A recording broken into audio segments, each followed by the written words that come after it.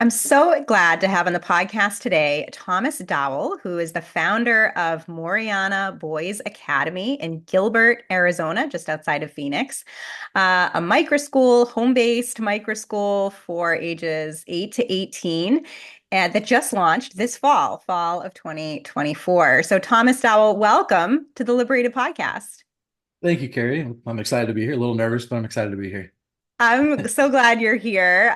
Nothing to be nervous about. We're just going to talk about your founder journey. And it's really fascinating to hear your story. You were a teacher in local public schools for several years before deciding to become an education entrepreneur and a school founder. And you have such a fascinating story that I'm eager for my listeners and viewers to hear. You didn't start off, though, thinking that you would become an educator. You mentioned to me that your passion initially was law enforcement, and you have a bachelor's degree in criminal justice, thought you were going to go that path, but then sort of stumbled upon public education and teaching and really enjoyed that path. So I wonder if you could tell us a little bit about your entry point into education. Sure. So, yeah, as you said, law enforcement was my original passion. Just I always thought that I was going to kick indoors, arrest bad guys, just be the hero, serve my community that way. Relocated from California to Arizona all the way back in 2011, and with the idea that maybe there's going to be some job opportunities out here, a lot of jurisdictions in the Phoenix area. Got out here and almost immediately they put up announcements like, "Hey, we're done hiring for at least a couple of years." And so I figured that ship might have sailed, um, and was able to work with my wife. She travels for work, and so when we had our first daughter, we came to the agreement that she would travel Sunday through Thursday, and I'd be home with my daughter Delaney, and do all the feedings and do all the playing and groups and all that stuff, and it worked out great. It was not the most ideal situation, having the family broken up for most of the week, but yeah, stay-at-home dad became the career. But after my first daughter, my second daughter a few years later, and then my son coming along in 2019. I was asking some friends, like, what do you do to get out? Some of my mom friends, what do you do to get out? And she said, well, I've substitute taught. You can get a couple extra bucks. And she even, kind of give me the nudge, nudge. It's golf money. Go teach other kids, hang out with other kids, deal with their behavior and get some golf money out of it. And so I gave it a shot, and it was almost instantly, it was a connection, right? The teacher that I worked for got really great feedback. The administration at that school thought I was great. Within a couple of weeks, I was writing curriculum. I was writing lesson plans with no background, no experience in it whatsoever, and really, to be honest, not even a passion for teaching. I was never really a hardworking student. I never really appreciated what education was all about, and then got in there, got the opportunities to do those lesson plans, and realized that the other history teachers on campus were using my lesson plans. They were going into our Google Classroom, taking the stuff that I was putting together and using. And these are teachers that were pretty seasoned. In fact, I think one was the district social studies curriculum director, and he was still using my stuff. So that was really awesome. Um, and it didn't take long for that teacher basically to recommend, go back to school, become a teacher. You're good at this. And so I did. I enrolled at Grand Canyon University in their secondary education, master's of secondary education program, and was going to school. My son was born, so I was raising my son. Um, Moved to a new house in a different part of town, and it was a pretty complicated time. But I mean, I knew I had a focus, and so it was not easy or not difficult to juggle. I mean, it was easy to make it work, and know where to cut things out and distractions. Um, I know I'm kind of going on and on, but it was a really cool moment, a couple month moment where it was like, wow, your life, you thought it was like this, it's slightly deviated, and now it's over here.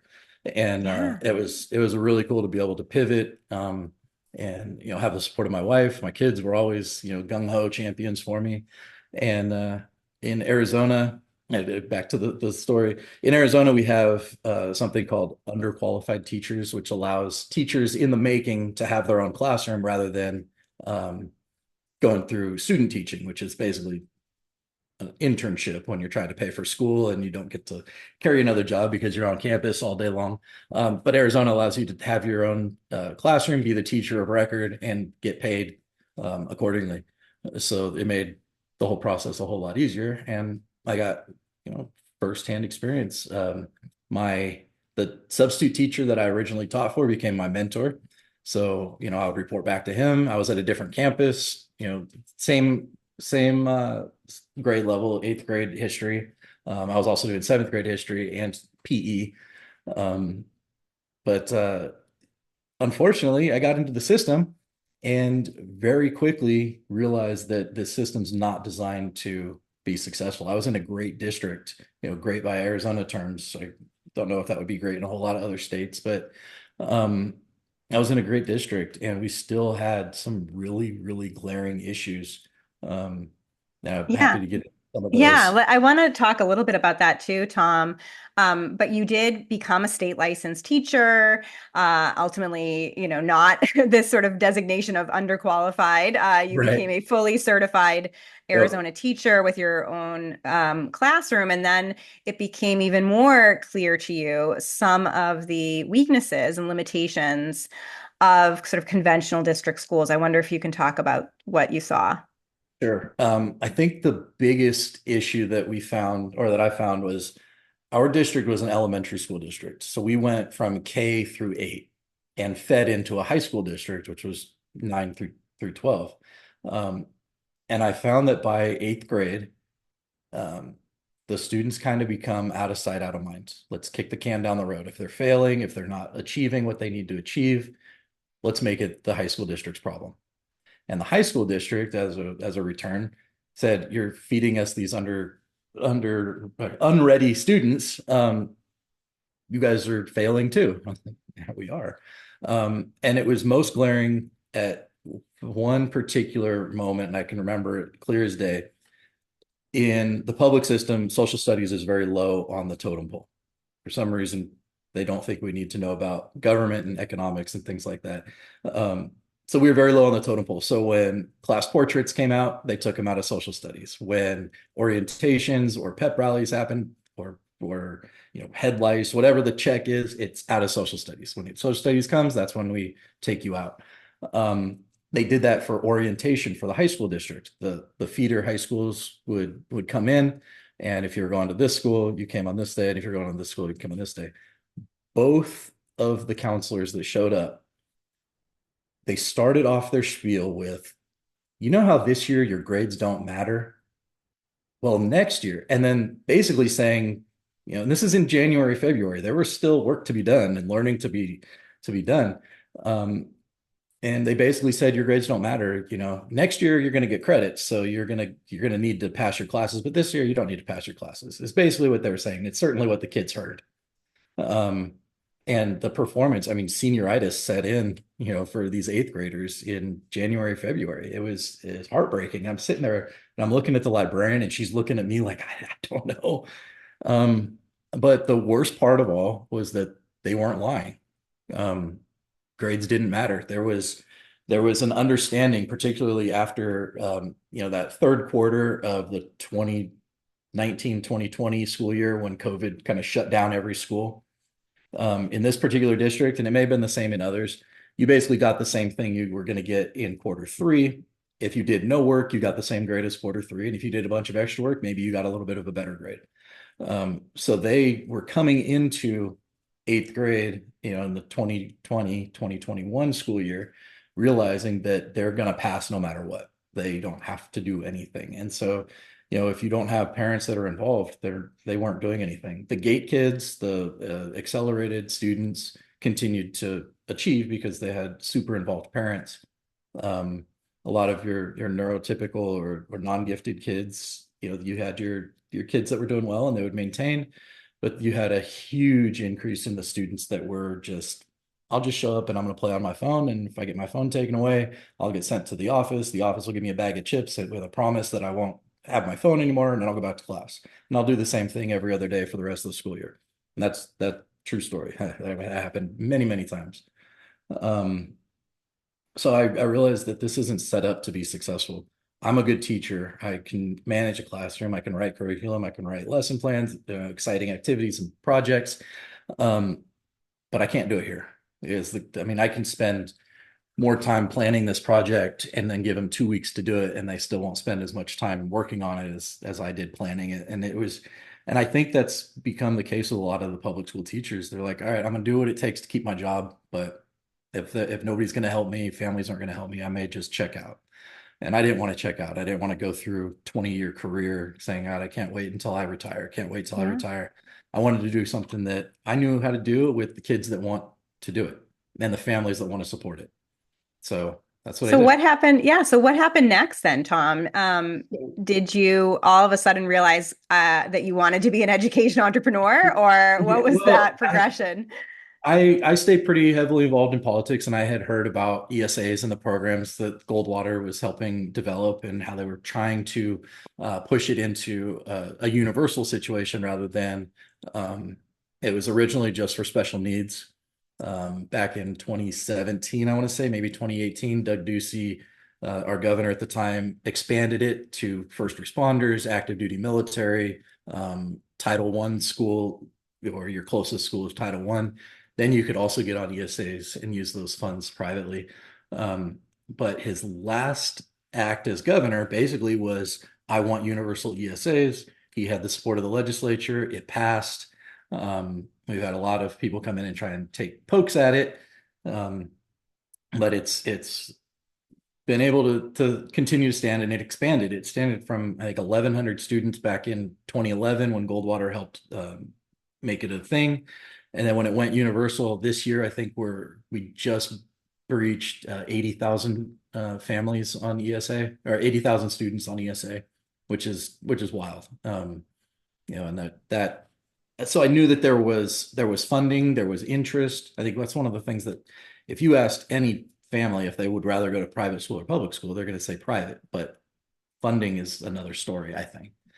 Yeah, maybe we But could now just I have that. pause for one Sure. minute, Tom, just to clarify terms. So the ESA, that's the Education Savings Account, school choice policy that exists in many states now, 12 states that are universal, enabling all K to 12 students to be eligible to receive a portion of state allocated education funding, usually about 90% of state allocated education funding. In Arizona, that works out to roughly $7,000 per student per year. And then there's still the additional ESA programs for special needs students where they can get substantially more than that. So Arizona really leading the way with being the Yeah, first state to absolutely. pass universal school choice in that state. So I just wanted to clarify that for folks who may Yeah, not be familiar. But that sure. was a catalyst for you as an entrepreneur, and that's great to hear that was Exactly. one of the key It, reasons. So tell us showed more. me so it showed me that there's a need, and now there's the funding for it to help those that are interested in it actually achieve or actually acquire that opportunity. I had a train of thought that I think I I derailed. interrupted you, but you Yeah, no, saw no, this all good. ESA, yeah. Yeah. So you're neurotypical, like you said, about 90%. I think it's about 7,500 this year, that a neurotypical student will get, as they, have dyslexia, dyscalculia, dysgraphia, occupational therapy needs, you know, autism. The number goes way up. I have colleagues that have a special needs branch, and actually one of their students comes to my school, which is pretty fun. Um, and their students, the award is closer to the 25,000 range, like because they're special needs, like very high needs. And so, but I knew that there's this new market now. The monopoly is crumbling for the government, and that's, I'm a free market guy. I love to give choice and opportunity. Um, the way that I got into the Catalyst program through KaiPod is, you had a guest on here, Jack Johnson Pinnell, right? Yes, Uh, yeah. Another microschool founder who moved to Arizona specifically exactly, because of the exactly, from ESA. Maryland, I believe, Yeah, or yeah. Former Philadelphia. charter school founder who switched to microschools. Yeah. And so he found out about my tutoring company, where I was doing the tutoring here, and he invited me out to Scottsdale to see his program. We sat down for coffee. It was meant to be about a 20-minute meeting, just like, hey, how are you? Why don't you come by? And we sat outside this, I think it was called the Human Bean. We sat there for about 3 hours, just drinking coffee and talking. And he told me about the Catalyst program, and so I applied and gave my story to Amr and their COO, and they invited me to the program, which was fantastic. And they've really uh, basically helped me answer the questions I didn't know to ask, if that makes sense. Um, Yeah. So let's back up just a spec then, Tom. So I want to talk a little bit more about the tutoring business that you were running that sort of led to the creation of Moriana Boys Academy. But first, the KaiPod Catalyst program is the accelerator program that you're talking about, the founded by correct. Amar Kumar, that has helped. I think it's somewhere around 100, maybe more founders just over the We're up and past over. past couple of years, people just like you who want to create a micro school or learning pod or some other kind of innovative education solution and want some assistance along the way. So it's a multi-week accelerator incubator program, learning all of the nuts and bolts of running a small business and launching a new school, and then continued support after launch as well. So I just wanted folks to know about the KaiPod Catalyst program then and encourage others to join who might be interested in starting something on their own. So you decided to do that, but maybe we could back up a bit and just tell us a little bit about this tutoring business because this was sort of your bridge from the classroom and the public schools to founder. Exactly. Yeah. When I left the public system, had this idea of originally doing like group tutoring. I was going to say I can do, what took me 2 months in the public school system, maybe teaching the causes of World War II and Holocaust and, the aftermath of World War II. Take me 2 months to teach in public school. Although they only allowed maybe 3 weeks for it. I can teach the same thing over the course of 3 weeks, couple times a day, almost set up like a college course and just a crash course, right? That was the idea. And I went through the registration for the ESA program, and I would do just history classes here. Learned out that that wasn't in high demand, and maybe I need to pivot, and maybe I need to work that into a full curriculum. I don't think a lot of parents want to just come, drop their kids off for 2 hours, and then pick them back up. They're looking for something more full. Um, and so I had this idea, and that's when Jack approached me and had me come check this out. So that was the group tutoring. Group tutoring wasn't working. I could tell from his experience. He said, "Yeah, that's a cool idea. I don't know that it's going to work." And he was right. It didn't work. I didn't get a whole lot of traction. I had more traction doing the same thing throughout school than I did in person. Um, and so I went down the group tutoring or the individual tutoring road. Actually partnered with an organization out here that just hires tutors. And I needed to get a little bit of extra cash to get this program, started. And I was getting matched up with their more difficult students, which typically was par for my experience as a teacher. I would often get the more challenging students, not necessarily lower achieving, but just behaviorally a little bit more challenging. Um, and the tutoring company was hooking me up with the same boys. A lot of them happened to be in group homes, so wards of the state, and these were group homes where it was mostly the boys had made the choices to put themselves in the group home. It wasn't families were broken or anything like that. It was just the boys needed something different than home. I hope that makes sense. It was boys with issues, in other words. And when I would try and go to the classroom or go to their home to teach, the conditions were less than healthy for a lot of reasons.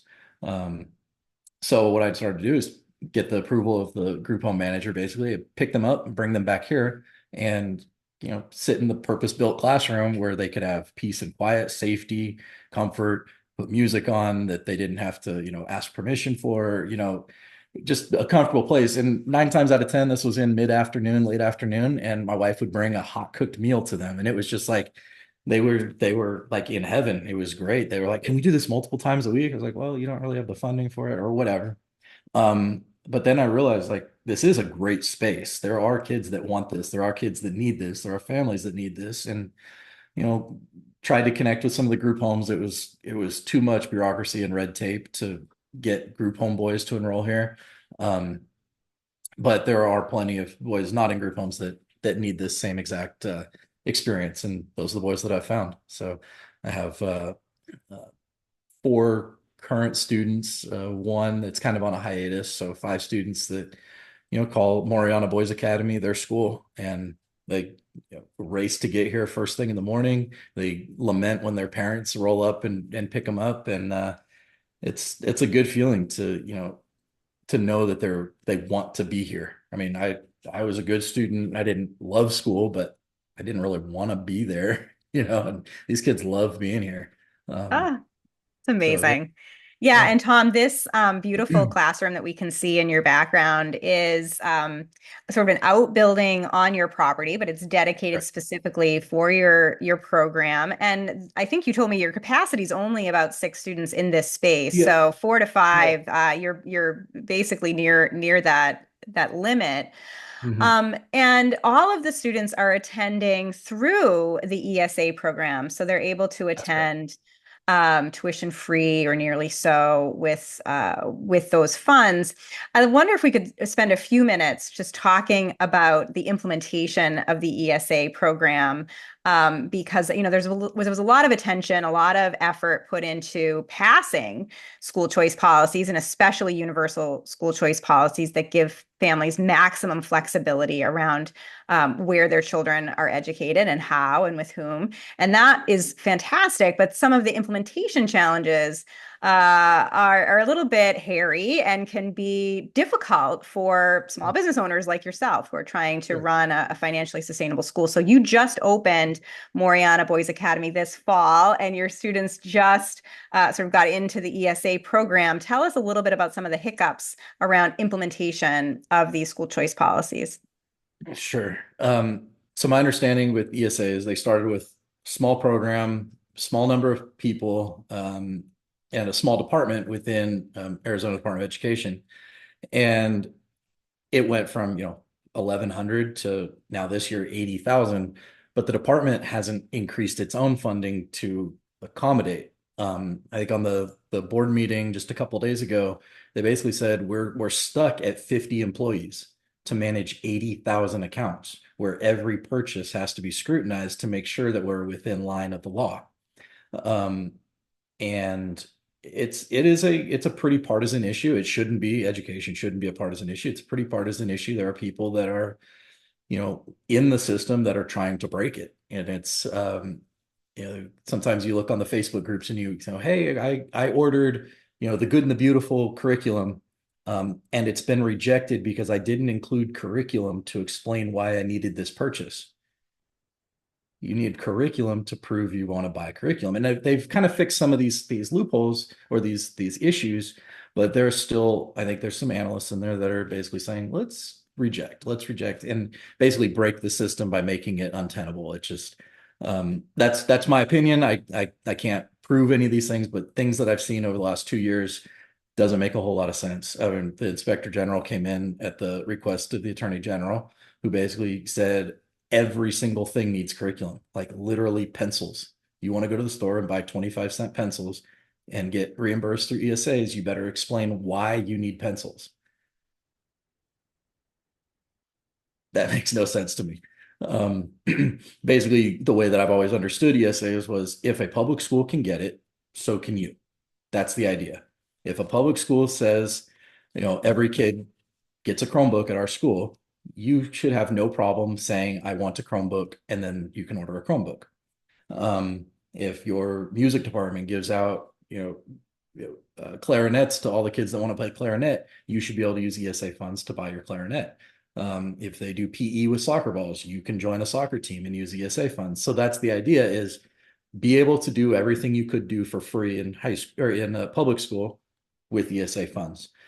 But they're making the permission process, the approval process so cumbersome that I do honestly believe there are families that are saying, I'd rather just use my own money, not worry about reimbursement or having to deal with the bureaucracy and the red tape. And And I think that if there are enemies of ESA, I think this is their design, in my opinion. Mm, So it does mm. make things difficult, and navigating it from the vendor point of view, Yeah. 50 people have to go through these 80,000 accounts and determine, what school district they're in, how much funding they should get, why they should get that much funding, look at all their IEPs and their, medical diagnoses and all these things to determine the funding amount. That happens quarter two. Quarter two started October 1st here. They won't get their new funding until October 31st. And then it's at least 2 weeks from their submission of a purchase before it gets to a vendor. So quarter two started October 1st, but vendors, particularly those that are direct pay tuition vendors, probably won't get paid until closer to Thanksgiving. So you're floating then this funding. You haven't been paid yet. Correct. So I was paid for quarter one. All of it takes a long time. There's lots of like hit refresh, call up. Hey, where is this one? Oh, you need to talk to the parents. Parents say I have to talk to you, that kind of thing. It's so Arizona uses Class Wallet is their third party uh, payment processor, and I think they're pretty overwhelmed with the program too. I think our account obviously exploded from 1,000 to 80,000 over the course of just a few years. Um, so they're struggling too. Um, but it is wild, that 5 years ago they had debit cards and I could have just swiped a debit card, good to go. I understand that opens up opportunities for fraud, but again, you look at the histories and you look at the different audits and third party auditors, it's not rife with fraud like almost every other government program is. Right. Um, It's they were true. able to find only a handful of misuses of funds, but not even fraud. It was just, oh, that got approved, but it shouldn't. Not, this guy bought 15 iPads and then sold 14 of them on eBay. Yeah. That stuff's not happening. Um, So what do you think the solution is, or a solution is then, Tom? Is it go back to the debit card? Like what are some of the on suggestions from the vendor side, debit card sounds fantastic because I can swipe it, we're good to go. And then if it gets declined, then maybe they come through me or they come through the family. But the asking permission and waiting months and months and months for permission, and I mean it's months and months and months of permission for, you know, earbuds that go with the iPad that was already approved. And families are paying out of pocket for most of those things. So then they're sitting on, hundreds or even thousands of dollars waiting for that money to come back from the state. So a solution, a magic wand, um, uh, if I could make this an apolitical program, that would be really great. Um, because, like I said, there's lots of people that want to change it, and even these upcoming elections, if the legislature flips here, ESA is in danger. And that's so wild to me because it's it's great. I mean, everybody is agreeing that Arizona has struggling public schools. Why wouldn't you want to give the opportunities to everybody to go to better schools, more better programs? And at the same time, that would encourage the public schools maybe to step their game up, right? So that's the whole point of why monopolies are a bad thing, right? It doesn't encourage competition. It doesn't encourage growth or better product. Um, so I like being one of the options that encourages the better product. And the micro school network out here in Arizona is massive. But there's enough students to go around. So I don't feel like Jack has a program very similar to mine up in North Scottsdale. We're not, there's plenty of fish, right? hmm I have a colleague that's about 3 miles to my east, plenty of fish. We're good. We're all just here to be of service, the best we can. Um, Amazing. So, Tom, what does the future hold then for Moriana Boys Academy? Where do you see growth going? Clearly, you're going to be at capacity sooner than mhm. later. What's next then for your school? So this first year, to me, I would say this was a proof of concept. The concept works. My system is working. I'm growing constantly with my families. I get their feedback. The boys put out I call my students the boys. So the boys they put out a newsletter every week, and we get feedback on that. And you know, we do excursions every Friday. And that's one of the things I love to talk about too. Is every Friday we do something different and new. It's not let's go to the zoo again and let's go to, this museum. It's we've been blacksmithing. The boys are on their way to Abana blacksmithing certifications. We do Brazilian Jiu-Jitsu in place of PE, with a 38-year black belt, in Brazilian Jiu-Jitsu. Um, we go hiking in the superstitions. We've got a bushcraft expert that's teaching us about plant identification, shelter building, just like really cool experiences that um, you're not getting to those in the public school. And a lot of them aren't able to do it with their families. And this is a great opportunity. We've had families join us on some of our excursions where they're able to come with us. Went to an alpaca farm and learned about alpaca fur and why the different types of fur are worth more money, or why they're farmed the way they're farmed.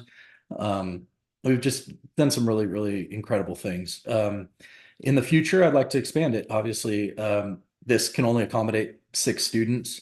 My wife and I have toyed with the idea of taking down a wall and expanding to a second classroom. I don't ever want to have more than 8 students per teacher. I think at 8 students, they get the one-on-one time at, as much as they possibly need. The teacher doesn't get burned out with being called over here and then called over there, and then lots of families to deal with. You can do feedback to 8 families very, very easily, very regularly. You don't have to wait for parent teacher conferences once a quarter or semester or worse. So my future is hopefully to find a commercial space that's set up where I could have multiple classrooms with multiple instructors, where the morning learning is done in their little pod, and then enrichment is done as a group. And as much as we can stick to a boys' school, and then way down the line, maybe a girls' school, and just I'm really excited about where I can go with it. And I don't think there's a limitation. I think that this is something that, as long as Arizona keeps its foot on the throttle with changing the education landscape, I can change too.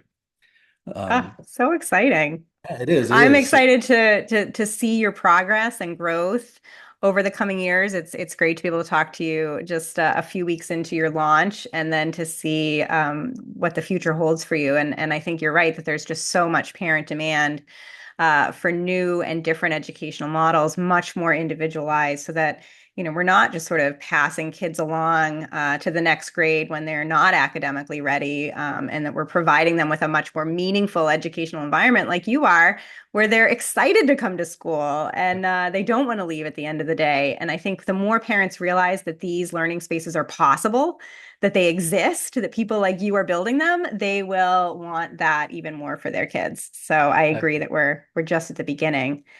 And if my listeners and viewers want to connect with you, Tom, want to learn more about Moriana Boys Academy and follow your progress, how can they do that?